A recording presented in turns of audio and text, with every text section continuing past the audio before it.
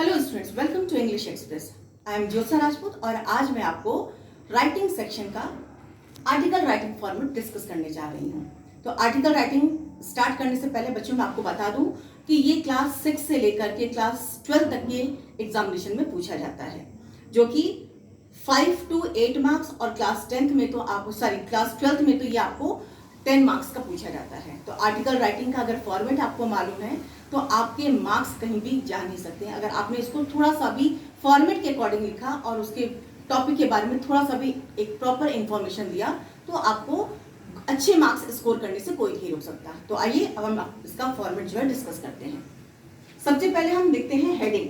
Heading जो है आपका आर्टिकल राइटिंग का, ये 4 to 5 वर्ड्स में ही होना चाहिए।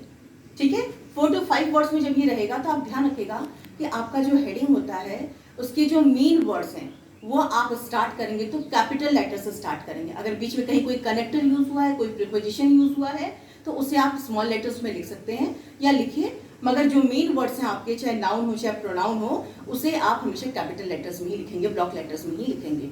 इसके बाद आते हैं नेक्स्ट स्टेप पे। नेक्स्ट स्टेप जो होता है next line, it means you have to write writer's name. आपको राइटर का नाम लिखना है। राइटर मीन्स जिसने भी ये आर्टिकल लिखा है, अगर आपके क्वेश्चन पेपर में क्वेश्चन में दिया हुआ है उस आर्टिकल लिखने वाले का नाम तो आप वो डालेंगे। अदरवाइज एग्जामिनेशन में बच्चे जनरली अपना नाम लिख देते हैं अगर कोई नाम नहीं दिया होता है। तो बच्चों आप अपना सेल्फ नाम उसमें लिखने से अवॉइड करिए, वहाँ पे XYZ या ABC लिखिए। और अगर आप रियल में आर्टिकल किसी न्यूज़पेपर के लिए लिख रहे हैं, वो जो क्वेश्चन से पेपर से आपके अलग होकर के, तो वहाँ पे आप अपना नाम जरूर डाल सकते हैं। लेकिन अगर एग्जामिनेशन में आप लिख रहे हैं तो you must have to write XYZ और ABC if the name is not given there. Now come to the next one. That is the body part. This is the third part of article writing. Article writing का जो third part है, that is the main part, जो आपका मुख्य भाग होता है एक आर्टिकल राइटिंग का, उसको भी हम 3 भाग में डिवाइड करते हैं, 3 पार्ट्स में डिवाइड करते हैं। जो पहला पार्ट होता है that is introduction, that is the introductive part और इंट्रोडक्टिव पैराग्राफ भी कह सकते हैं।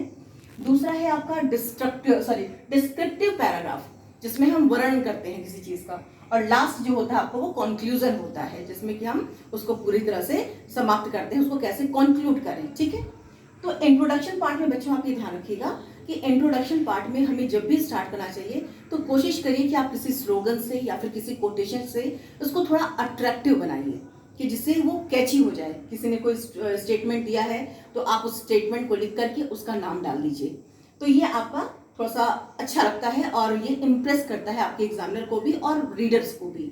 और साथ ही साथ आपको ये भी ध्यान देना पड़ेगा कि जब आप इंट्रोडक्टिव पार्ट लिखेंगे तो उस कोटेशन के बाद थोड़ा सा आप ब्रीफ करेंगे कि आपका क्या इंटेंशन है इस आर्टिकल को लिखने का। सेकेंड पार्ट जो कि आपका डिस्क्रिप्टिव पार्ट है, इसको आप चाहें तो 2 या 3 पैराग्राफ में डिवाइड कर सकते हैं। एक पैराग्राफ में ये कभी कंप्लीट नहीं होता है, तो बच्चों ये ध्यान रखिएगा 2 to 3 paragraph it should be there.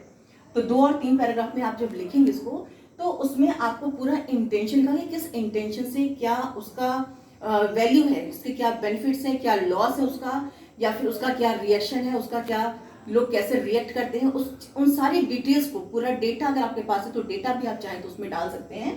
तो ये आपका डिस्क्रिप्टिव पार्ट होता है जो कि लोगों को पढ़ने पे बाध्य करता है। तो उसमें आप थोड़ा सा वर्ड्स का जो सिलेक्शन है वो बहुत ही अच्छा करिएगा। ग्रामेटिकल एरर नहीं होना चाहिए, प्रोनाउंस जो आप स्पेलिंग्स लिख रहे हैं उसमें मिस्टेक्स नहीं होना चाहिए। और जो लास्ट पार्ट होता है आपका कंक्लूजन होता है। Conclusion should be also wind up in 1 paragraph only. It should not exceed 1 paragraph. एक पैराग्राफ से ज्यादा नहीं होना चाहिए।